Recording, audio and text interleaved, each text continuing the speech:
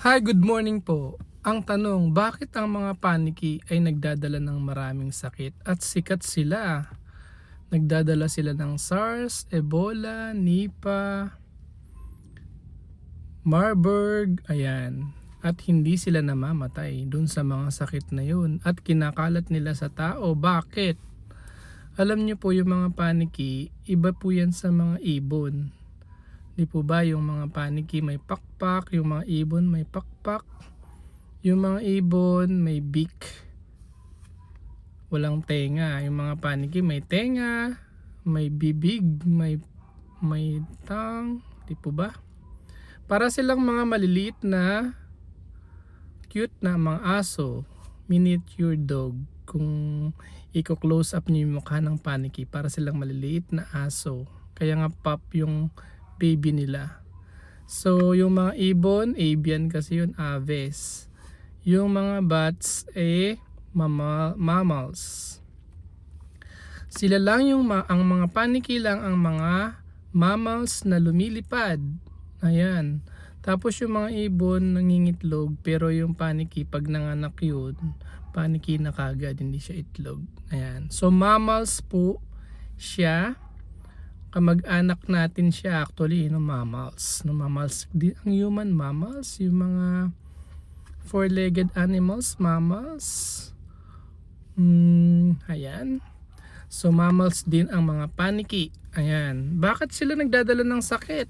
Kasi ang mga paniki, yung evolutionary adaptation according sa mga scientists, natotolerate nila yung virus sa kanilang katawan nang hindi sila namamatay. Parang kagaya lang po yan ng yung lamok na nagdadala ng dengue virus. Hindi namamatay yung lamok doon sa dengue virus. Yung pong paniki, hindi siya namamatay doon sa Ebola virus. Hindi siya namamatay sa SARS virus. Ang maaring magka-problema lang yung mga paniki doon sa white nose syndrome. Fungal kasi yun. Ibang level yun. No? Kaya yung rabies, pagka nagka-rabies yung paniki, ay delikado yung paniki.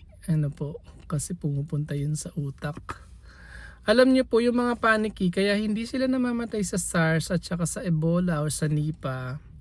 Hindi sila kagaya nating mga tao na nagkakaroon tayo ng cytokine storm. Yung immune system natin ang lalong nagpapahamak sa atin. Sa kanila nadadampen, sa paniki, dampen yung kanilang immune response. Hindi sila nag-exaggerate doon sa effect ng virus. Kaya yung mga virus na bubuhay sa katawan nila na hindi sila namamatay. Tapos yung mga paniki yan, marami yan sa isang kuweba, dikit-dikit sila. So nagkakaroon ng zoonotic spillover, yung matatransfer yung virus sa mga animals o kaya diretso sa tao. Ayan po, yun po kaya ang mga paniki sikat sa pagdadala ng mga sikat ding mga sakit. Good morning po!